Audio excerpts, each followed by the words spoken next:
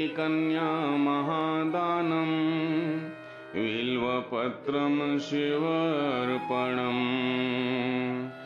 हजारों कन्याओं के दान करने का, विवाह करने का जो फल मिलता है वो शंकर जी को एक बेलपत्र चढ़ाने से मिल जाया करता है। मैं अपने नित्य के महारुद्राभिषेक में भगवान शिव को 11 और 108 बेलपत्र चढ़ाता हूँ। कई बार मैंने कथा में भी सुनाया है। तो ये लोगों ने जानने की इच्छा प्रकट की कि शंकर जी को इतना प्रिय क्यों है बेलपत्र। तो कथा आती है कि जब नारद जी हिमाचल आए हैं, हिमाचल मैना ने नारद जी का स्वागत किया है, ऊंचे आसन पर बिठाकर बिटिया को बुला के प्रणाम करवाया। और जब पार्वती जी के विवाह के विषय में जिज्ञासा प्रकट की तो नारद जी ने सुना दिया कि अगर ये शंकर जी को प्रसन्न करे तो भगवान शिव इसे पति के रूप में मिलेंगे। तो नारद जी की आज्ञा को स्वीकार करके पार्वती जी शंकर जी को प्रसन्न करने हेतु गहन वन में प्रवेश करती हैं। नन्हे नन्हे कदमों से माँ ने गहन वन की ओर प्रवेश किया है, श्वेत वस्त्र धारण किया है और एक बिल्व के वृक्ष के नीचे खड़ी हो गई। भगवान शिव की प्रतिमा को हृदय में धारण कर लिया।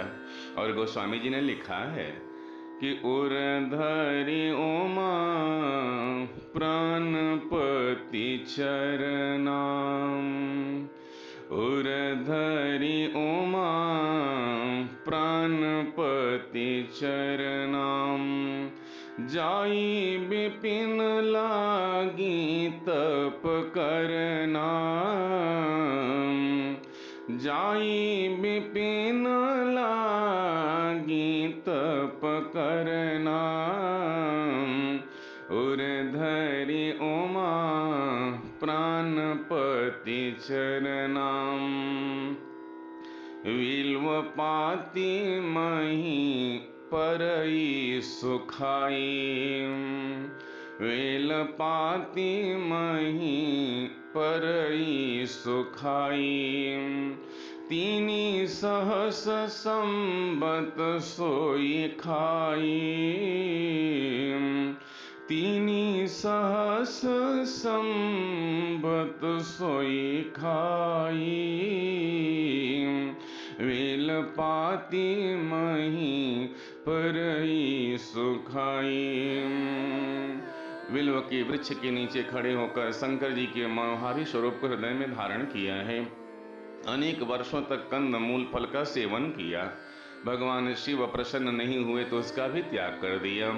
अनेक बार देवी देवता आकर के लुभाती हैं, लेकिन पार्वती जी की तपस्या को टस से मस नहीं कर पाए।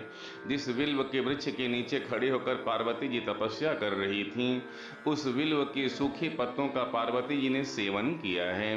तब से पार्वती जी का एक नाम अपर्णा हो गया। बोले ओम ही नाम तब भयऊ अपर नाम। पार्वती जी का एक नाम अपर्णा हो गया। जब भगवान शिव प्रसन्न हुए तो उन्होंने सारे जगत को आशीर्वाद दे दिया कि मेरी प्रिय पत्नी ने जिस बिल्वपत्र के सूखे पत्तों का सेवन करके मुझे प्रसन्न किया है, मैं जगत को आशीर्वाद देता हूं कि जो मुझे बिल्वपत्र चढ़ाएगा, कोटि कन्या महादानम बिल्वपत्रम शिवार्पणम, वो हजारों कन्याओं के विवाह का दान का फल पा जाएगा।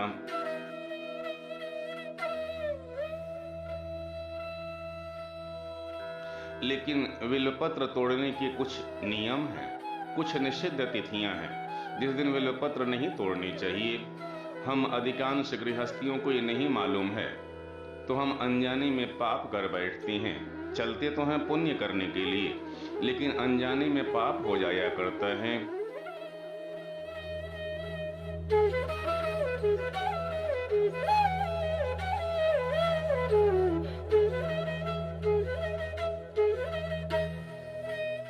प्रबोधक गुरुजी के वीडियोस की सारी अपडेट्स पाने के लिए बेल आइकॉन को स्पर्श करें।